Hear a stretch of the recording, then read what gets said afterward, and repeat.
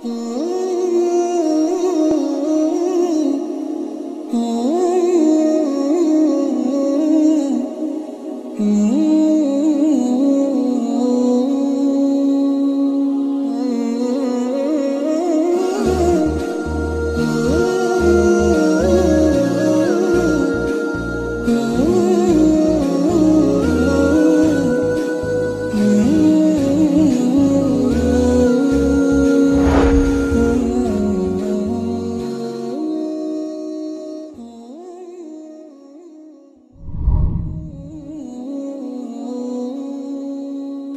الله على أو بحر نور علم عرفانا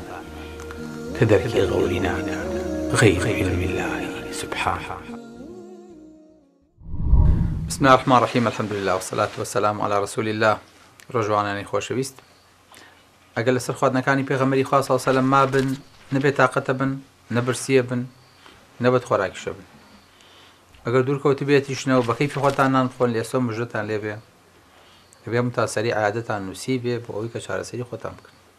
بۆ هیوادارم ئینشاءالله ئیشمان نەکەوێتە عادات و نۆرینگەکان و خۆپاراستن زۆر لە چارەسەر باشتر. لە خزمەتتانین لە باسی زەیتی زەیتونە. زەیتی زەیتون چی بوو؟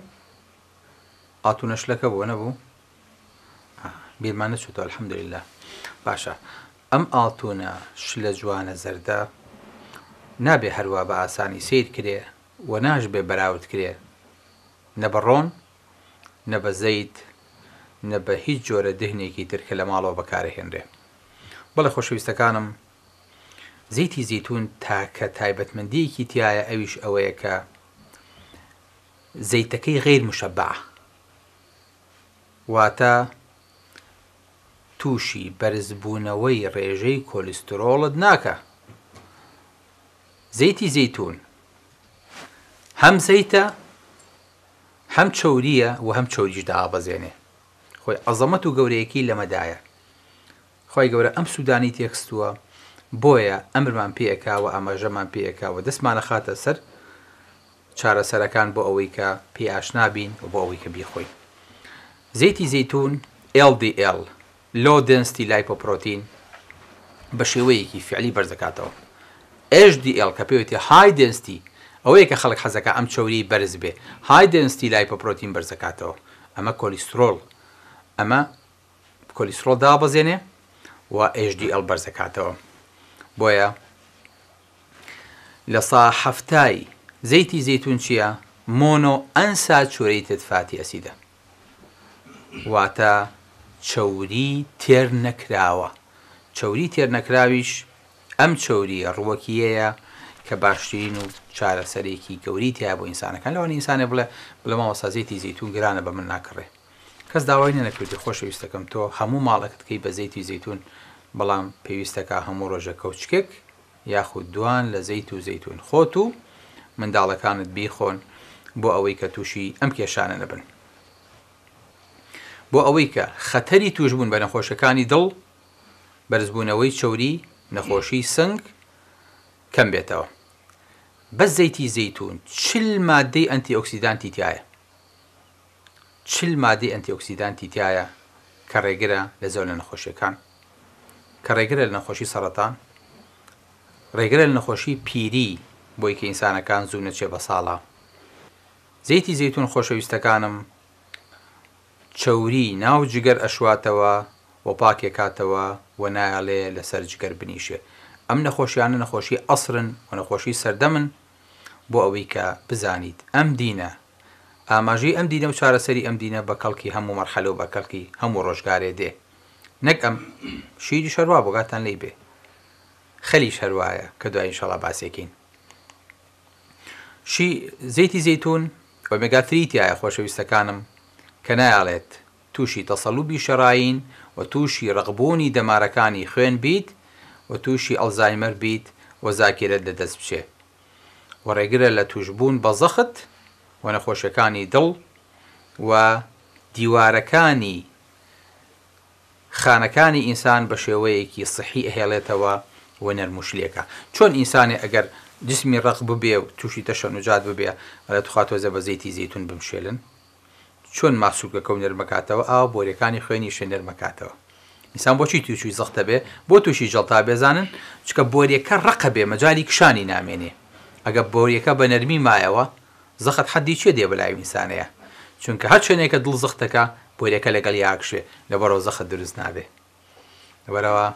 زەیتی زەیتون بۆریەکانی ئینسان شل و خاو و نەرموشلەکات بۆ ئەوەی کە بە هیچ شێوەیە تووشی ئەو حاڵەت و تووشی ئەو ناخۆشیانە نەبن کە نەخوازراون بە تایبەتی لە تەمەنێکی پیریە بە تایبەتی ترکە ئینسان معڕەزە بۆ جەڵتەی قاچ یاخود بۆ جەڵتەی دڵ یاخود بۆ جەڵتەی سنگ دیسانەوە زەیتی زەیتون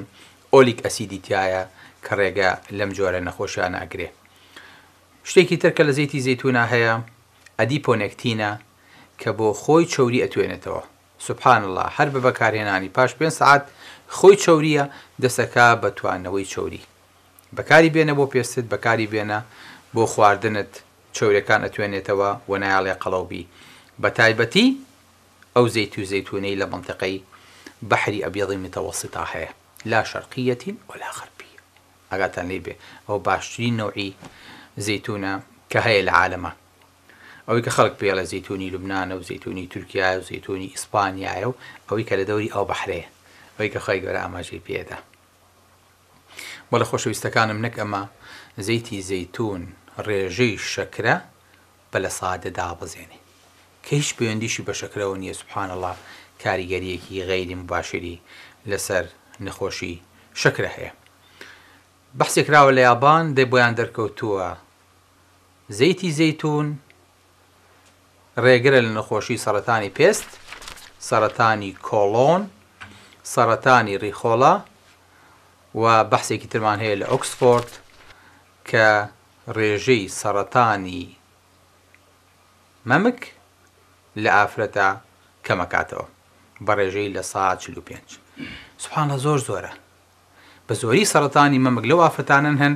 کە ئەگەنە تەمەنێکی پیری و سنیە ئەس کەچی تەسیرێکی مباشری چیان لەسرە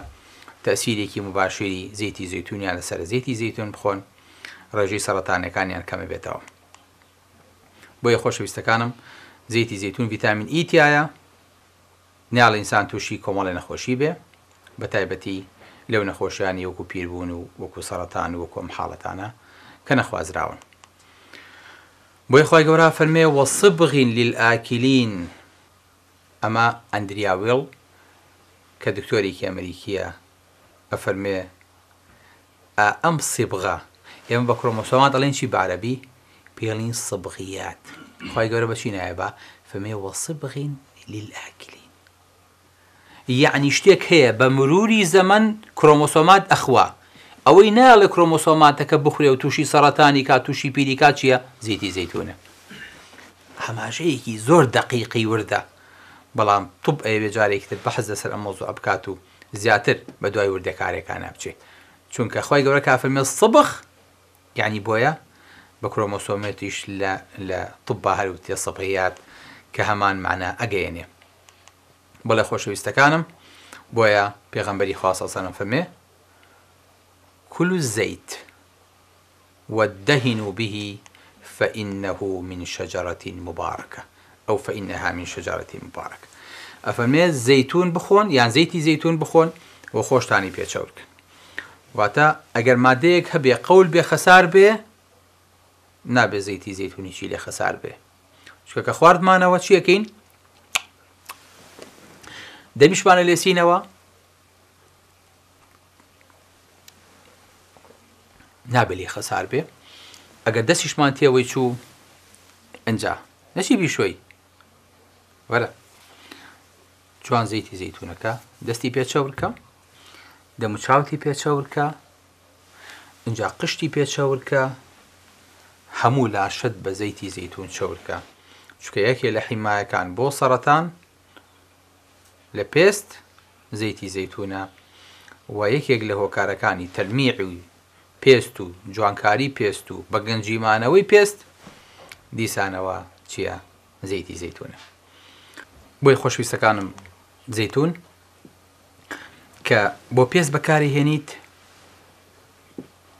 چشی پێست نایاڵێ وشکی پێز نایڵێ و زبری پێز نایڵێ و درزی پێز نایڵێ و پێست ئەپارێزێ لە تیشکی خۆری زیان بەخش کەم ڕۆشتێکی پێوتێ سمبڵۆک کە دژی خۆر بەکارەهێنێ بۆی کە تشکەکەی عکس کاتەوە. زەیتی زەیتونێکێکە لە باشترین دژە خۆرەکان بۆ ئەوەی کە ڕێگر بێ لەوەی کە ئینسان تووشی نەخۆشی ئەوە بێ و دیسانەوە چۆن پێست شەورەکە هەر بەو شێوەیەش قش شەورەکە و نایڵێ فەروەی ڕەس فەروەی سەر تووشی نەخۆشی و تووشی کێشە بێ و تەخزیەی دانەدانەی مووەکانی سەری ئینسانەکات بۆ ئەوەی کە نەوەرن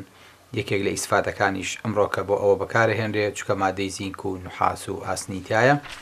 و ئیسفادەی زۆری لێکرێ. نەک زەیتی زەیتون هەر پێز گەنجەکاتەوە سوبحان الله هەر ئینسان بە کاملی گەنجەکاتەوە. هەر تەبعی وایە ئینسانەکە یەکێک لە هۆکارەکانی زیادبوونی ئارەزووی جنسی ئینسان لە ژن و لە پیاویشە سوبحان الله زەیتی زەیتون قوتێکی زۆرە بەخشێ و تێستۆستیرۆن بەرزەکاتەوە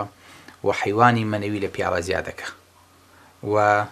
منعی کۆمەڵێک کێشەی ئافەتانەکە کە لە دامێنیانە دروستە بن چونکە دیسان و مادەی دژە بەکتریاشی تایە بە تایبەتیش کافەتەکە ئەگەرسکی کرد ئەو کاتە ئینجا زۆربەی پێداویستیەکانی خۆی و منداڵەکەشی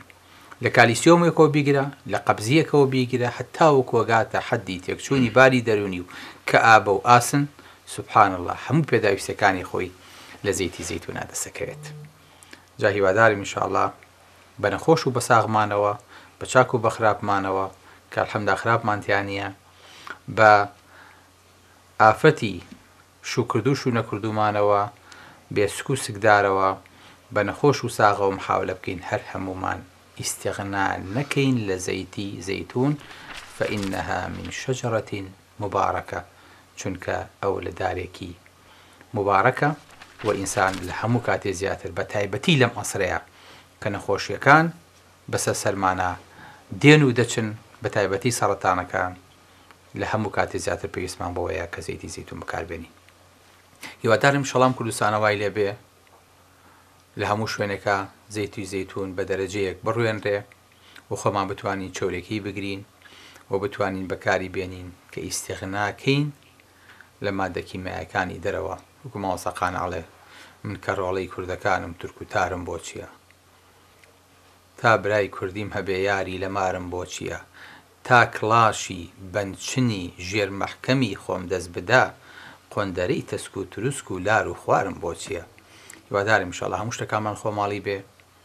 بگرە هەموو شتەکانمان لەسەر سنەتی پێغەمبەری خوا بێ سەڵڵەهو عەلەیهی وسەلەم بگەڕینەوە سەر ئەو ئەسڵە بۆ ئەوەی کە لە غەیری بەرنامەکەی پێغەمبەری خوا سەڵڵەهو عەلەیهی وسەلەم لە غەیری خوانەکەی پێغەمبەری خوا سەڵڵەهو عەلەیهی وسەلەم لە غەیری بەڕەکەی پێغەمبەری خوا سەڵڵەهو عەلەیهی وسەلەم پێویستمان بە هیچ دکتۆر و هیچ حەکیمێک نەبێ بچینە سەر بەڕەکەی. أقول قولي هذا وأستغفر الله لي ولكم والسلام عليكم ورحمة الله وبركاته.